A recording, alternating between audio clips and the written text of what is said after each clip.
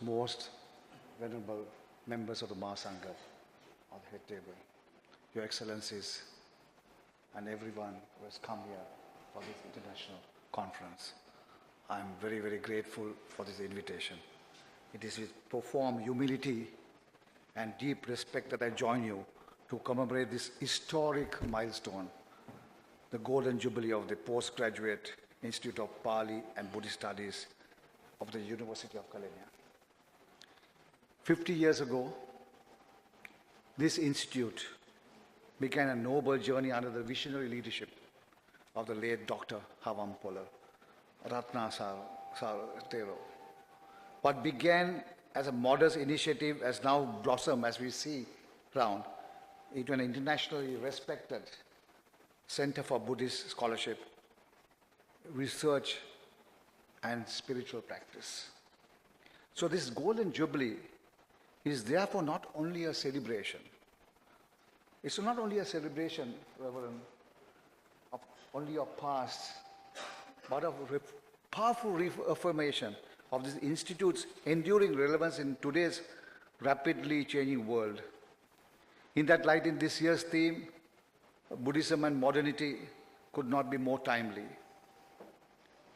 Like our Reverend monk, our chair said, at a moment when the world grapples with unprecedented challenges, from a crisis of mental health, absurd social media, social unrest, environment degradation, as we can see outside this complex too.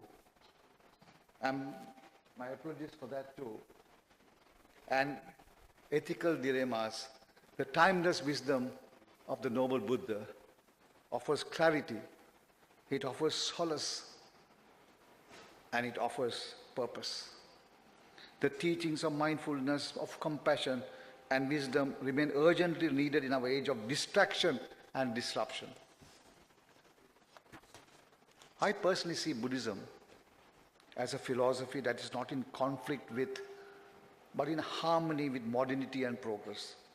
The Dhamma, in fact, defines the very essence, the very nature of progress in the most human and enduring of ways. The Buddha envisioned a society built on fairness, which we lack today, built on inclusivity, which we lacked in the past, and the upliftment of all beings. His teachings remind us that our own material upliftment and the economic development of a society must walk hand in hand with the liberation of the spirit. Through his great wisdom, he taught us that the spiritual liberation of any person, or society itself must have at its core compassion, justice, and equality for everyone. This especially includes the most vulnerable and the marginalized among us. It is in fact one of the greatest and most profound realizations that the Dhamma did not differentiate or does not differentiate or discriminate. It is for everyone. It is for everyone. Regardless of caste, class, race, religion, gender, or creed. It is the very teachings and values that we must, as leaders, embody in shaping and guiding this motherland of ours. It is our duty and our responsibility to not to divert or get distracted from their core values. As a Muslim, as a practitioner of the Islamic faith,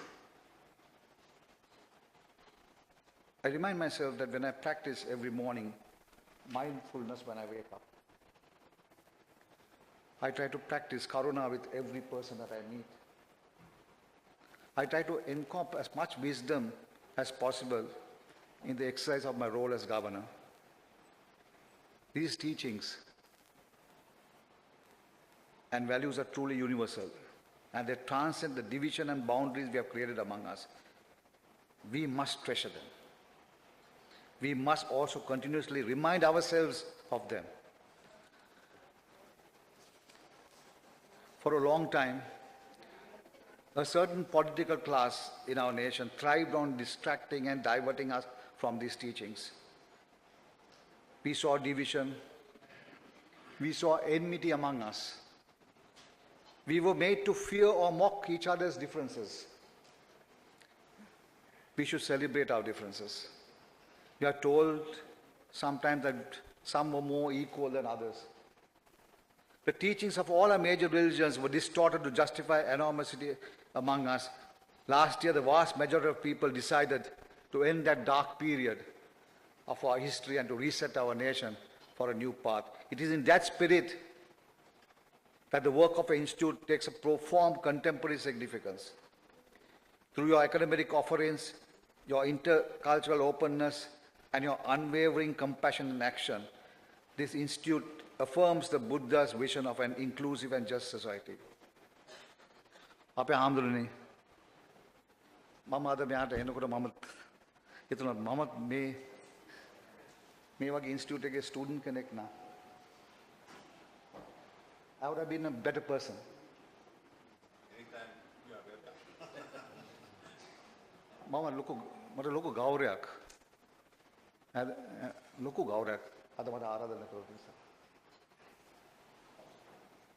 මගේ හිතට සනසයි. Thank you. This institute serves as long served as a bridge between ancient wisdom and contemporary thought. With over 9,500 postgraduate degrees awarded to students from more than 20 countries, this institute is not only a national treasure, this is not only a national, it is also a global center for Buddhist learning and intercultural understanding. Under the dynamic leadership of you, a senior professor, Venerable Madhavacharya Dharmagurti, this institute has witnessed transformative growth. I'm truly impressed, of course, with this auditorium. I have not seen your smart classrooms as yet, and nor have I seen your internationally renowned library as yet. But every step of the learning experience here reflects a commitment of both intellectual rigor and spiritual depth. I'm particularly moved by the Institute's commitment to compassion in action, from providing scholarships to hundreds of students, and I saw you that you have extended an aid when we had that unfortunate earthquake in Myanmar. These are the living expressions of the Buddha, of Buddhist values of karuna, metta, and dana in the modern world.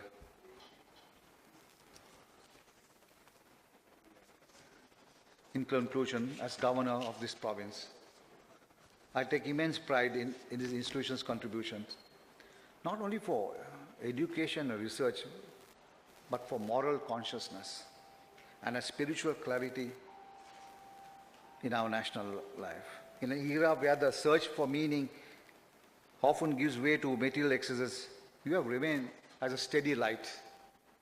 And I congratulate everyone, to the Mahasangha, to the students, to the academics, to the scholars, to the monastics, for this contribution when this country of ours needs more than anything else, a living Dhamma than a talkative Dhamma, a living Dhamma. May your golden jubilee serve as a moment of both reflection and renewal for us all. And may the decades ahead, we see this great institute continue to flourish, producing not only learned scholars, but also enlightened leaders who will guide us with wisdom, with humility and grace. Quoting the Buddha, I wish I could have said this in Pali. I tried to practice from morning.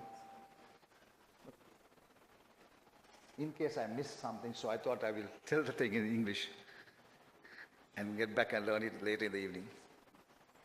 To avoid all evil, to cultivate good, and to purify one's mind. This is the teaching of all the Buddhas. Thank you so much.